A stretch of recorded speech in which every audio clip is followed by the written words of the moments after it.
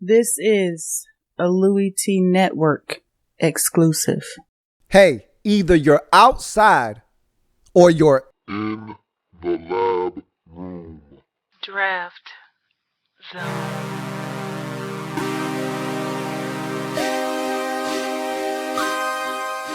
Could it be? Me, your me, Louie T. Welcome. You are in the lab room, of course.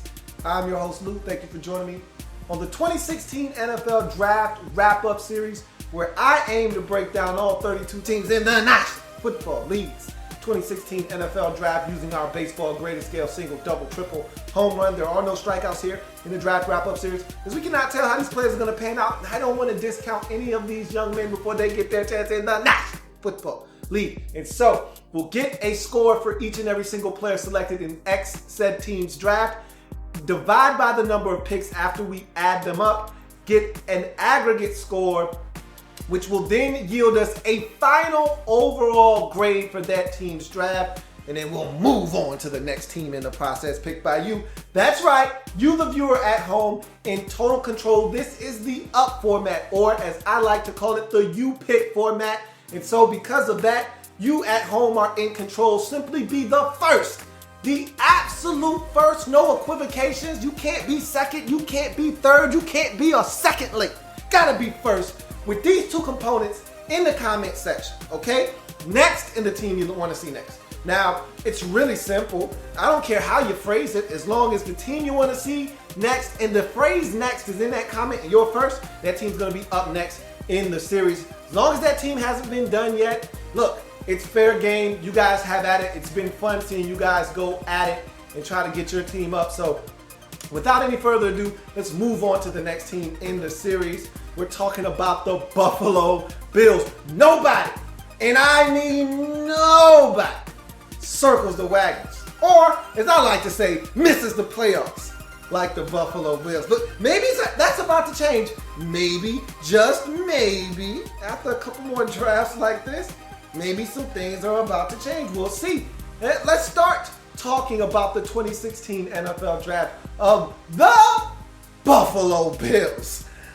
Now, first round, 19th overall selection, defensive end out of Clemson. Shaq Lawson is the selection. A little bit of bad news out of Shaq Lawson, and we all kind of wondered, why is this guy falling down the draft board? And it all made sense after the draft. He had a shoulder ailment. Remember, everybody was poking and prying at his shoulder during the entire draft process, wanting to know if he was fine. And he said, yeah, I'm good. Unlike other guys in the draft process who went and blurted out that, yeah, I might need surgery, this, that, and the third. This guy kept it relatively quiet, close to the vest. And after the draft, after he got selected, and look, some teams knew that. That's probably why he ended up falling all the way to 19 to the Buffalo Bills. But some teams may have known this. But he said, hey, I need some surgery now on my shoulder. So now the Bills are saying, now you tell us. And they probably knew. Again, I mean, these teams have very, very intricate details on these players and intricate knowledge as to what these players have going on and the baggage that they may be bringing with them from college. So I'm pretty sure that the Buffalo Bills weren't blindsided by the fact that Shaq Lawson now needs shoulder surgery. At the end of the day, he's a hell of a football player, and I think he'll be someone that can help them in year one. I think they feel good about what he brings to the table, and Rex Ryan needs some more toys. He needs to revamp this defense and get them in the mold and image of the way he wants them to be. I mean, when he got there, it was a really good defense in Buffalo, but maybe they didn't fit what he was as a defensive coordinator and as a head coach. So you get Mario Williams out, you get some of these other guys out, and now you bring in some fresh meat like a Shaq Lawson, and you hope that he can come in and provide for you like Mario Williams did for the last regime. So we'll see what happens with Shaq Lawson. I'm not going to break him down because I've already done that in the Draft Prospects 101 series, and so you know what this guy is. You know what he does. You know what he brings to the table. He's a talented football player. I don't think he has the explosion necessary to be a dynamic edge rusher in this league, but I think he has the entire package to be a hell of a football player and a solid pass rusher that can stop the run and be stout at the point of attack and do all of those things. So I think in the first round, 19th overall selection, Clemson defensive end Shaq Lawson is hit hard. He's hit deep. You can put him on the board.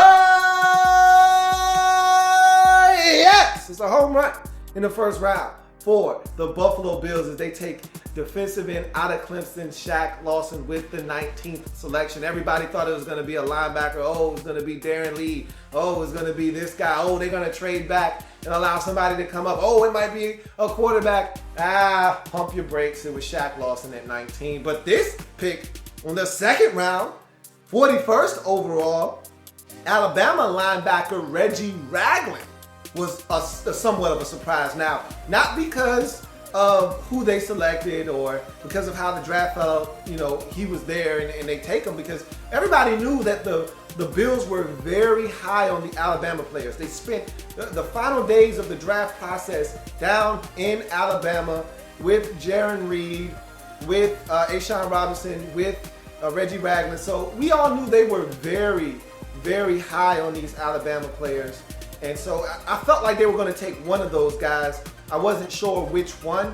And so as they got to the 41st pick, I was somewhat convinced it was going to be an Alabama football player. Now, which one it was going to be, I didn't know if it was going to be Jaron Reed, Ashawn Robinson, or Reggie Ragland. They were all on the board at the time of this pick. So wasn't sure as to which one it was going to be, but I felt like it was going to be an Alabama football player. And the fact that Reggie Ragland was even here at 41, I mean, we all know what that means. I mean, we all heard about, his heart and him having an aortic valve problem potentially. I don't know anything about that. I can't confirm nor deny it, but obviously something was wrong to see him drop to the second round. This is a guy that we all pegged as a first round pick. And I think there was a consensus around the league that this guy can play football, and not just on first and second down, but I think a lot of teams felt like this guy could play on third downs as well. So I feel like if not for the aortic valve problem, this is a guy that goes in the first round. So I think, again, if you're the Buffalo Bills, and I don't know what that means for him moving forward. I don't know how that's going to impact him as a player, longevity, and all of those things. All I know is this is a hell of a football player that you get in the second round. And again, this is great value for a guy that probably should have been gone in the first round. You get him at 41 in the second round. So you got to feel damn good about this. He's going to come in day one, be a leader and a general. I told you I likened him to the ex-Jets the Jet linebacker and Rex Ryan's middle linebacker, David Harris in New York with the Jets. A guy that is just as steady as the day is long. Gets the job done. He's not flashy, it's not pretty, but it's gritty, it's tough, and he got the job done for Rex Ryan. Was his signal caller, was his leader and captain of the ship in New York when Rex Ryan was the man there. So I feel like this is his new David Harris, a guy that's going to come in extremely smart. If you play under Nick Saban, you know you're dealing with a guy that is highly intelligent, high football acumen. I expect him to come in day one and have a chance to hit the field running and making plays for this Buffalo Bills defense. Again, not going to break him down. Already did so in the Draft Prospects 101 series. But again, I don't have to tell you. You already know. In the second round, 41st pick overall, Reggie Ragland, Alabama linebacker, is hit hard. It's hit deep. Out of here. It's a home run in the second round for the Buffalo Bills as they go back to back Jacks in the first two rounds with two primetime defensive playmakers that can help them reshape a disappointing defense from a season ago. You go to the third round, 80th pick, a defensive lineman out of the Ohio State University, Adolphus Washington is the selection. Another guy on the defensive side of football that is an extremely gifted and talented football player that can come in and help reshape this Buffalo Bills defensive unit. 6'3", 301 pounds. Good quickness. This is a guy that I was very disappointed with at the combine. I think he hurt himself at the combine with his performance. I didn't think he looked explosive. I didn't think he looked quick. I thought he actually helped himself more at the Senior Bowl than he did at the combine. He looked sluggish at the combine. And again, that's what the combine can do to you. It can really take your draft stock and turn it upside down. But again, that's why you have pro days. That's why I say go out at the combine, perform, and if you don't like what you do there, you can clean it up at your pro day. You're more comfortable. You had a night's rest. These guys are getting up at 4 o'clock every morning, being poked and probed at, asked all these crazy questions. And so he was one of those guys that didn't handle that whole situation well. And at least he did go there and tell the truth. We'll talk about that a little bit later on. So maybe that made some teams feel a lot more comfortable with what this kid was as a prospect. But at the end of the day, I walked away from an athletic standpoint disappointed at the combine. I didn't think he performed that well. But he made it up at his pro day, performed well, ran a 4.95 at his pro day, which, again, we're talking about defensive linemen, really not a big number and statistical stat there, but doesn't matter. I talk about the quickness, and there's a quick twitch aspect to his game, a guy that can get up the field quickly and get in the backfield and disrupt plays. And so that quickness to me is one of the biggest pros that you'll get from Adolphus Washington along that defensive line. Good hand usage. He's a guy that uses his hands well to defeat blockers and get in the backfield and make plays. And so I think the hand usage, the quickness, and the bevy of moves that you get, which is another pro. This guy has a bevy of moves. You get the swim move, you get the rip move, you get the spin move, you get a bull rush. I mean, there's a number of ways that this guy can get to the quarterback. He does a really good job of switching up what he's doing, and he does a really good job of winning against blockers initially. And we'll talk about what happens when he doesn't win a little bit later on, but he does a really good job of using an array of moves to get into the backfield. So very talented from that perspective. You don't see a lot of defensive linemen with a bevy of moves to get into the backfield. Start at the point of attack. This is a guy that stands up on one-on-one, and let me be specific here. One-on-one, this guy does not move off the line of scrimmage. You're not going to move this guy with just one blocker. We'll talk about what happens when he gets double teamed a little bit later on. But one-on-one, this guy is as stout at the point of attack as you'll find in this draft. You look at him pursuing down the line, that's the next pro. This is a guy that can go two gaps to either side. I mean, this is a guy that is very active, will go down the line, make a tackle on the backside of a play, will go outside and be on the edge as a guy's trying to press the hole, get to the outside, and Adolphus Washington is coming down the line. Does a good job of pursuing up and down the defensive line and helping string out plays. I think that's something else you get from Adolphus Washington along that defensive line. Stacks and sheds very well.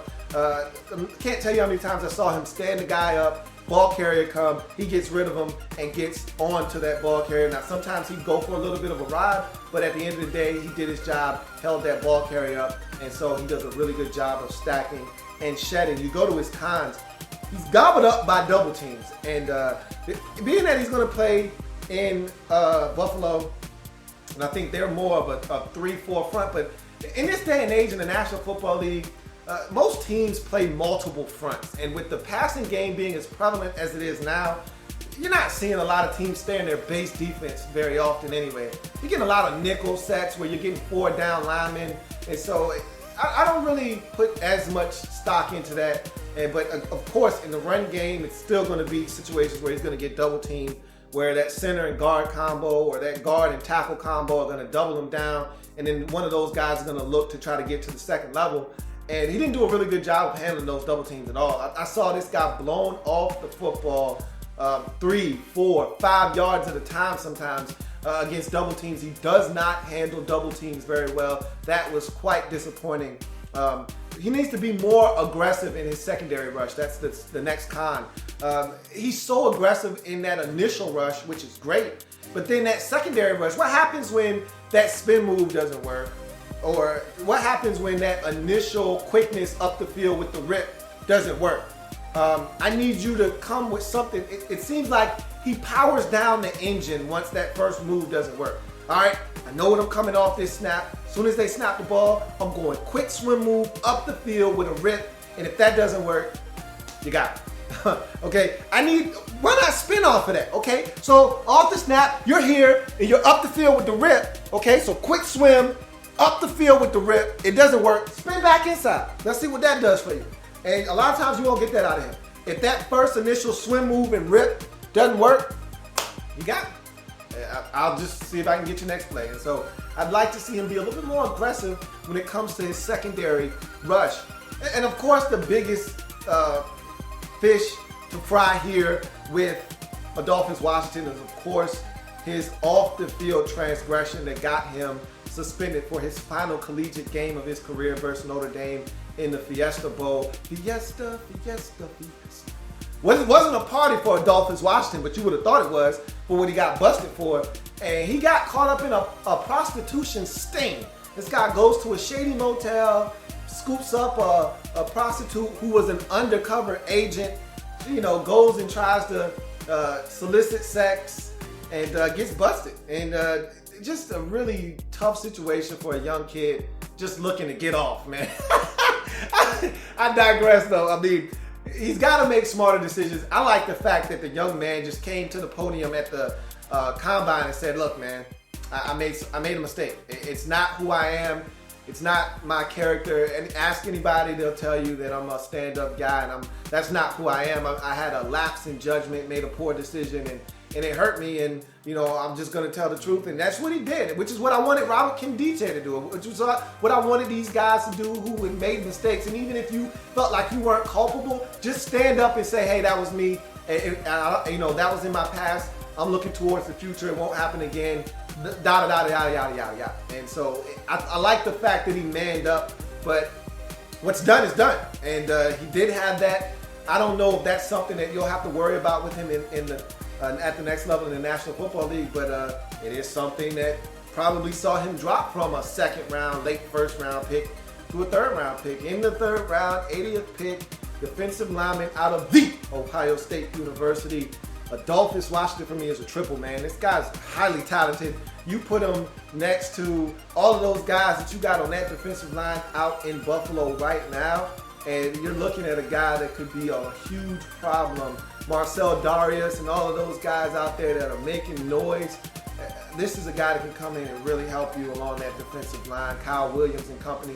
They got a new running mate in Adolphus Washington. This guy's going to be the truth along that defensive line with all the beats you already got up front in Buffalo, manning that defensive front.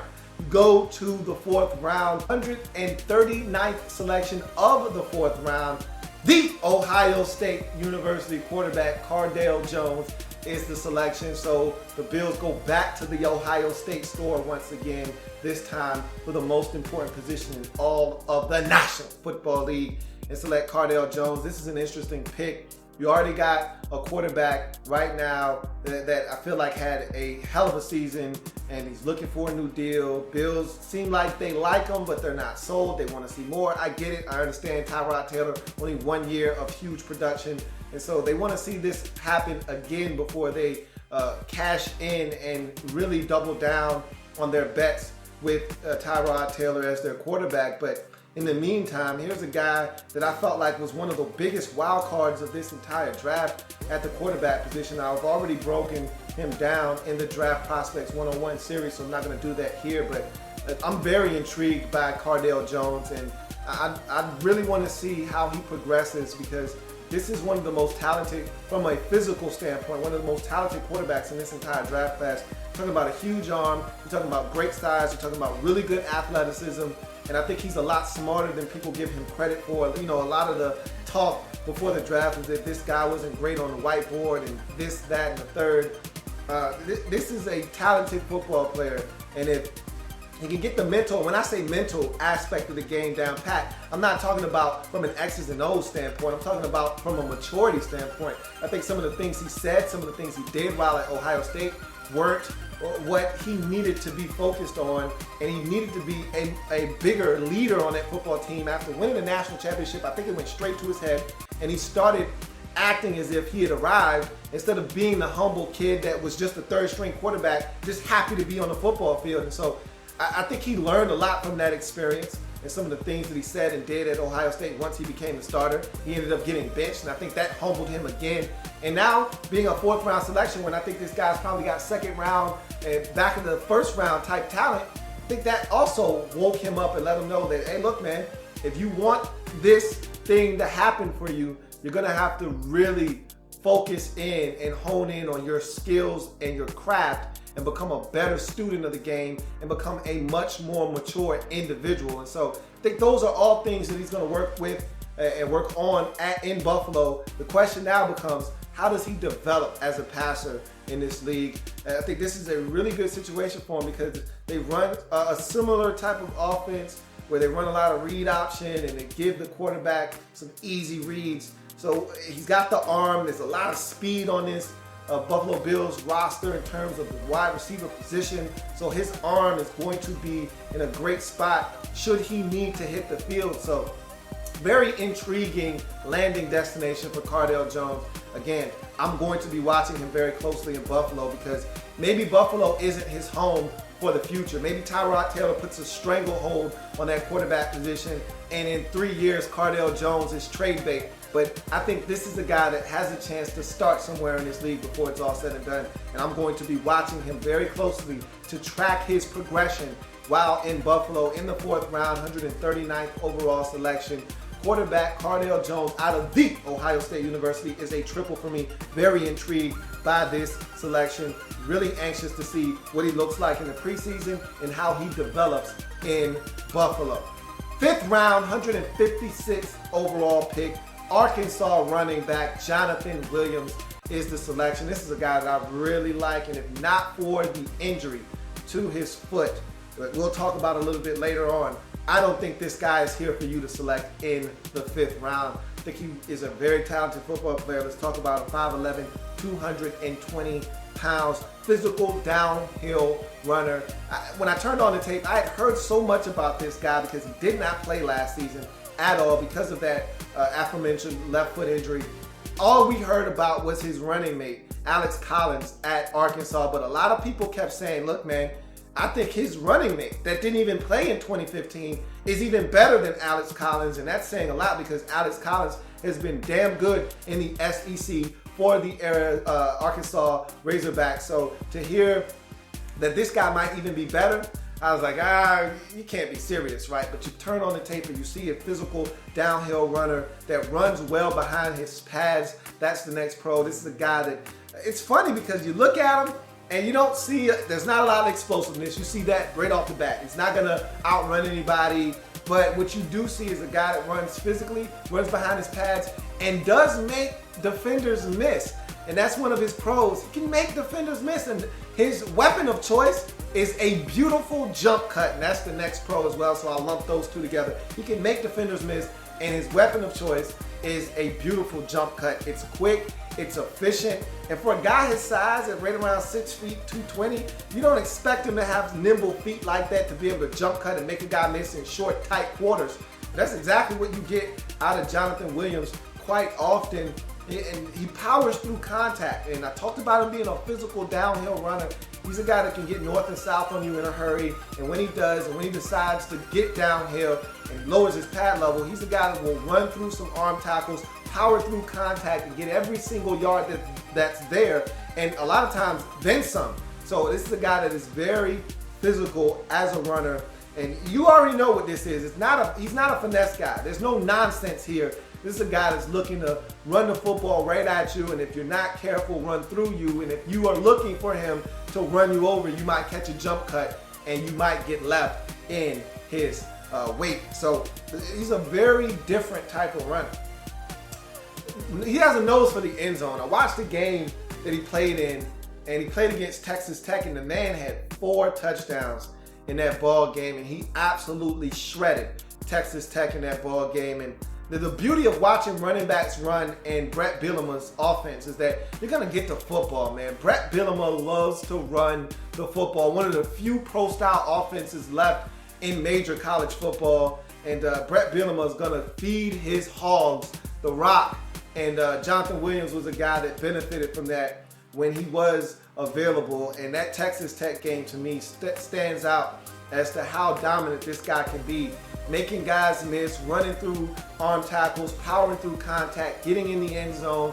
It was just a clinic on how to be a physical, but yet still have a little bit of finesse to your game, and all the while finding the end zone and making it hurt most and count most, and that's in the end zone and putting points on the scoreboard. So just this a really dominant performance by Jonathan Williams in that ball game. Solid in pass pro, and that's something else that I really didn't know what to expect going into his tapes, because this isn't a guy that's going to catch the football a lot. And we'll talk about that here in a second, but just because he's not catching the football doesn't mean you can't put him on the field on 3rd down. I actually think he can catch the ball. I saw him catch it. He just doesn't catch it very often. And they really don't look for him in that offense. He's probably the last read on most of these plays. And frankly, their quarterback, Brandon Allen, wasn't getting to his final read. He was forcing it in there whether it be to his tight end, Hunter Henry, or one of the targets out wide. He wasn't looking for the running back out of the backfield very often. So you won't see big, gaudy numbers as a pass receiver. But in pass pro, the reason why Brandon Allen was able to push the football down the field and make some plays down the field passing and throw for over 4,000 yards in the last couple of years is because of guys like Jonathan Allen pass protecting in the backfield, and he does a really good job, I think, in pass pro. You go to his cons, not explosive as a runner, 4.5, 940. So you're basically talking about a 4.6 guy. Coming off of that foot injury, I don't know if that time is actually indicative of what he is, but I can tell you this much, he's not explosive as a runner. So that 4.59 doesn't surprise me one bit. Doesn't offer much as a receiver. I just kind of mentioned that. You're not going to get a lot out of this guy. I think the most catches he may have had in any given season might have been like 11. So this isn't a guy that's going to catch it out of the backfield very often. That does not mean he can't catch. It just means that's not something that he's very adept at doing right now. He will press holes too far sometimes. If I have one big con with him, is that he presses holes too far sometimes. You'll catch him on some stretch plays and some zone plays to the outside, pressing the hole way too far to the outside.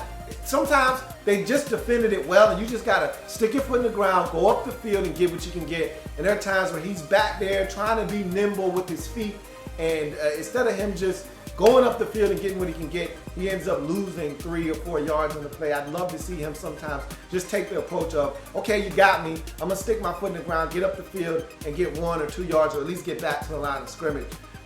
Missed all of 2015 with a foot injury, a left foot injury. So that's, to me, the biggest con if you're a Bills fan. For me, the big one is the pressing of the hole, but that's something that can be cleaned up. The foot injury is something that could linger. You hope that that's in the past now. He says he's 100% healthy, but anytime you're talking about a foot and then you're talking about a running back, a guy that really needs his feet, that's a big deal. So we'll see what happens.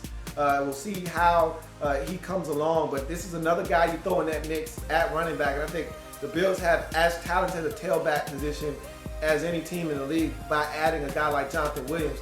This is easily a triple for me if he had not been coming off of a foot injury. I don't know what the 2016 version of Jonathan Williams looks like. I only know what he looked like the last time I saw him, and that was in 2014. So because of that, in the 5th round, 156th pick overall, Jonathan Williams, running back out of Arkansas, for me is a double just because I don't know. And again, when I don't know, I get nervous. When I get nervous, I just double up. So it's a double for me in the 5th round with Jonathan Williams, but I'll tell you this much. If the guy's healthy, this is easily a triple in the 5th round. You go to the 6th round, 192nd pick overall, TCU wide receiver Kobe Listenby is the selection. 6 feet, 197 pounds. This is a guy with pure, unadulterated speed. You already know what you're getting. You already know what you're getting with this guy. Just straight up speed in a straight line, blowing past guys. 4.35 is his 40. This guy can pick him up and put him down. And this is a great replacement for Percival Harvin. We saw how explosive this Bills offense was last year at the beginning of the season when Percival was healthy, when Goodwin was healthy, when Sammy was healthy, and all these guys were rolling, Robert Woods, and then that offense was just so explosive and they could get up the field and be vertical. This is a guy that's going to help you continue with that. Goodwin seems like he's always hurt. No more Percival. So, and Samuel Watkins, he's already banged up. Every time one of these guys goes down, you lose a little bit of that speed and that threat down the field. Well, you get another one here in Kobe Listenby. Explosive big play player. I don't have to tell you that. That's the next pro, but you already know that he's an explosive big play waiting to happen. He averaged 19.9 yards per catch last year. So you're basically averaging 20 catches per game. 20 yards per catch, which is insane.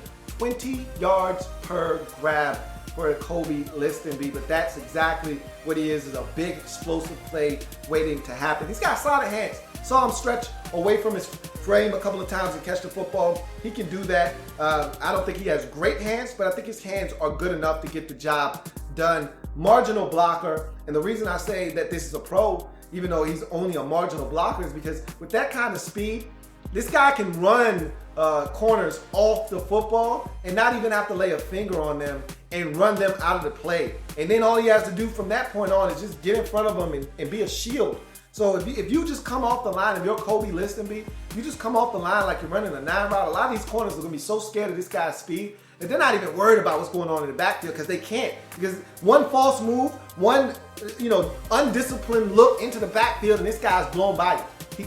He catches you flat-footed. He's even. He's leaving. So they're not going to even be worried about what's going on in the backfield. They're just going to take off with this guy. So he's 20 yards down the field, and the running play comes to the outside. Now all he has to do is just turn around and get in the way. And now you got a gain of 25. He may not actually make a great block, but he's done his job because he just took a 7-yard run. If he had not, ran hard off the line and tried to block, and turned it into a 22-yard run because he ran 15 yards off the ball and then just turned around and got in the way. So he's a marginal blocker, but I think with his speed plus his willingness to block at times, I think he can be a good enough blocker on the edge if they decide to run the football. And special teams value, this is a guy with that kind of speed you can put on punts and kickoff returns. I don't see him being a punt returner, but I think he could be a really solid kickoff returner for you if need be. I think Marquise Goodwin right now is holding those chores down, but you can also use a backup because, again, Marquise Goodwin always seems to be injured to me. Here's a guy that can help you in those roles if need be. You go to his cons, straight line speed only. He's not going to make a lot of guys miss. He's not one of these guys with fancy footwork. The difference between him and Will Fuller, who is also another one of these straight line speed guys, is that Will Fuller is a guy that could take over a game. Kobe Listenby isn't that type of player. I'll talk about that here in a second. And also, Will Fuller is a guy that can and will make you miss and then take off for the to the races and get into the end zone. Kobe Listenby isn't that kind of guy. He's not making anybody miss. It is what it is. He's going to run by you in coverage, but if he catches an underneath route, most likely he's going to get tackled where he catches the football. He's not a guy that's going to make you miss and then take off and make an explosive play. Doesn't get a lot of yards after the catch. Doesn't high point the football very well. That's something else that Will Fuller can do. I'm not saying that his high pointing skills are great, but Will Fuller is a guy that will go up for the football. Kobe Listenby, he looks all out of sorts. Anytime the football is up in the air and he's got to go after it, he's out of place. You can tell he's not comfortable doing so. So that's also something that you're not going to get here. If he doesn't win with speed, he's probably not going to come down with the football. And his final con is he's got boom or bust production. And what I mean by that is he's a guy that's either going to catch you 4 balls for 102 yards in a touch, or he's going to catch you 1 ball for 7 yards. He's either going to catch you 6 balls for 123 yards in a touch, or he's going to catch you 2 balls for 13 yards. I mean, he can absolutely disappear in any football game. There's not a lot of grabs for him to be had. That's why that average is so high, because he makes explosive plays, but he's not a guy that's going to catch you 7 balls for 85 yards and move the sticks very often. You're going to need other guys in your football team, and that's what Robert Woods and all those other guys are for, to help you move the sticks. This is a guy that's going to take the top off the defense. When you go play action fake after Shady and after Williams and all those guys in your backfield are making some good runs and really punishing the defense, and then Tyrod Taylor sticks it in the belly of one of those guys and pulls it out, and all of a sudden that defense sucks up. That's when you pull out Kobe Listenby and you tell him to go long, and Tyrod Taylor showcases that powerful arm and chucks it 60 yards down the field, and this guy runs under it and catches it. That's what he's here for. He's not a guy that's going to give you a high volume number of catches. So he's a boom or bust production type of player. You're either going to get a couple of huge plays and he's going to impact the game greatly, or you're probably not going to get much out of him at all. But in the 6th round, 192nd pick overall, Kobe Listenby, TCU wide receiver, is a double for me. This guy has a niche in this league. If he's nothing else, he's Mike Wallace. And so, if nothing else, he's a guy that can take the top off the defense. You're going to find out, now that Mike Wallace is in Baltimore, that if he gets with a quarterback with a big arm like Tyrod Taylor that can sling it, or like a Cardale Jones that can sling it, this is a guy that is going to be a huge asset and weapon for your football team. You move on to your final pick in the 6th round, 218th overall selection. USC cornerback Kayvon Seymour is the selection. 5'11", 186 pounds.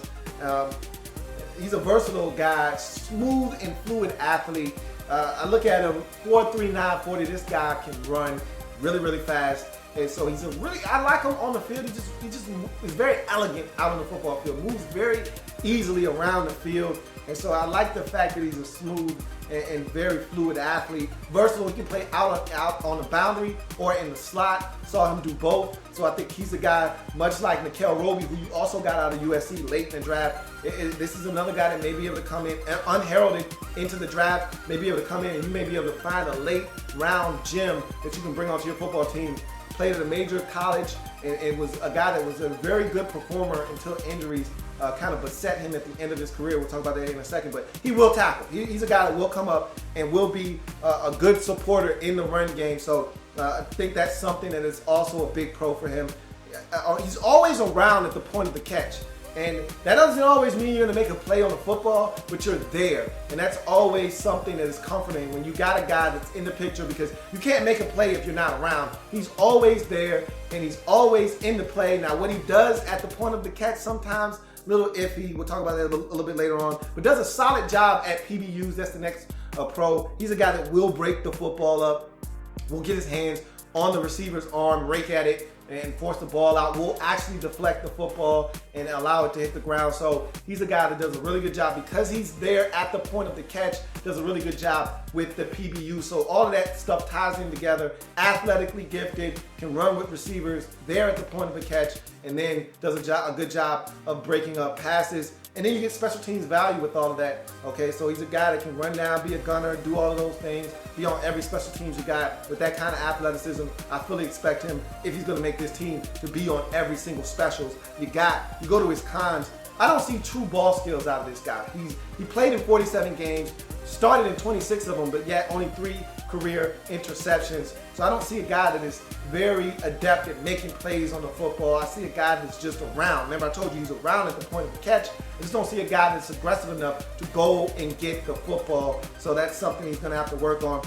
Probably more of a slot corner than a boundary corner at the next level. This is a guy that I told you he's a $186. Maybe he could gain some weight, maybe he won't. But I'm saying in this league, I don't know if 186 pounds is going to be a guy that can make a living outside on the boundary. And finally, his final con, knee and ankle injuries, limited to 4 games as a starter, and he also missed 3 games in 2015 due to those injuries. So this is a guy dealing with some injuries. Him and Adoree Jackson were supposed to form one of the best secondary duos in all of college football, and this guy just simply could not stay healthy, and so it didn't work out the way that it was supposed to at USC in 2015. But in the 6th round, 218th overall selection, Kayvon Seymour out of USC is a double to round out the Bills draft. I see something in here, and this, you can't teach the type of length this guy has, and especially the type of speed and athleticism this guy has. There's a play against Will Fuller where he's actually running with Will Fuller, and maybe if the football's put out in front of Will Fuller, it's probably going to be a touchdown. Will Fuller does have a step on him, but he's right there, right in the hip pocket. He's in striking distance, and for some reason he panics and pulls Will Fuller down as the ball is approaching, doesn't give Will Fuller a chance to even go after it. That's what I mean by he's always around at the point of the catch, but what he does at the point of the catch, that's a totally different debate for a whole nother day. So you go to this Bills draft and you look at it overall. In the 1st round, Shaq Lawson, home run, back-to-back jacks by getting Reggie Ragland in the 2nd round. You go to the 3rd round, Adolphus Washington, defensive lineman out of Ohio State, is a triple, followed by his teammate Cardale Jones, quarterback, also a triple. Then you go to the 5th round, Jonathan Williams, running back out of Arkansas, would have been a triple if not for the injury. He's a double. Kobe Listenby is a double. TCU burner at the wide receiver position, double for the Bills. And finally, rounding out their draft, Kayvon Seymour is a double, USC cornerback. And so you look at all of that, 2 home runs in the first 2 rounds. You go 2 triples in this draft, 3 doubles, and which nets you a doubles bonus. You add all that together, you get 22 divided by the 7 selections by the Buffalo Bills. It nets you a 3.14 triple. Solid draft, really good draft by the Bills. I'm intrigued by a number of their picks. Love the first 2, of course, obviously by them being home runs. I think Adolphus Washington is a guy that is a really good football player. I'd like to see how he does with all of these talented guys around him. Cardale Jones, very intriguing prospect at the cornerback position. Jonathan Williams, I think, is a really underrated back in this draft because of that injury. And Kobe Listerby and Kayvon Seymour both bring more speed to this roster. So I think it's a really solid draft for the Buffalo Bills in 2016. If it happens in the National Football League, whether big or small, we cover it all here in the lab room. Come back and join me as I continue to break down everything. And now, in the National Football League. See you next time. Bart Scott. Can't wait. There's plenty more where that came from. While you're here, subscribe to the channel. If you want more Louie T, be sure to follow me on Twitter at In The Lab Room, or you can like the Facebook page at In The Lab Room. That's In The Lab Room on Facebook and at In The Lab Room on Twitter. Don't forget, subscribe to the channel if you haven't already done so.